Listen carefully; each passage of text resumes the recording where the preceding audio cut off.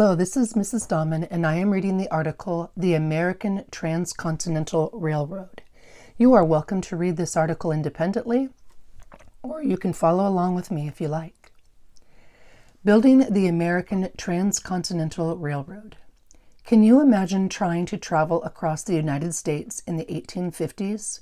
Your options would have been using a horse-drawn wagon or using few and far between train routes. To cross the whole country would take weeks or months of travel. For example, going 100 miles from New York City to Philadelphia took 2 days by stagecoach. Now imagine traveling nearly 3,000 miles from New York City to San Francisco by horse. This long journey was precisely what the U.S. Transcontinental Railroad aimed to transform. Starting in the 1830s, many railroads were built across the country, especially on the East Coast. Then, as westward expansion continued, more railroads were built in the Midwest. By 1850, there were over 9,000 miles of railroads to the east of the Missouri River. Some years later, in 1861, many people dreamed of completing a railroad that would span the entire country, east to west. The Pacific Railroad Act. President Abraham Lincoln signed a law called the Pacific Railroad Act in 1861 to complete the missing railroads that would connect the East and the West.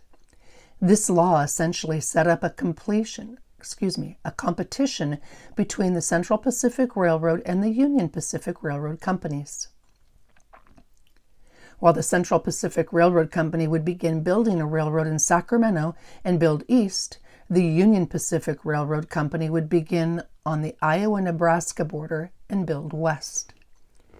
Both companies relied heavily on immigrant labor to get the job done.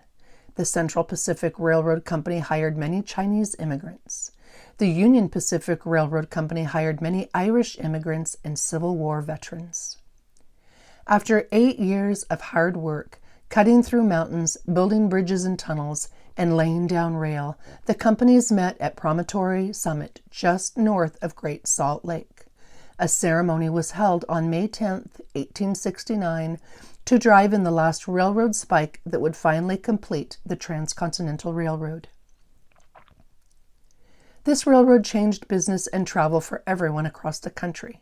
Not only did the Transcontinental Railroad make it easy for people to travel, but it also made it easier to transport cargo and products. Can you imagine traveling on this railroad?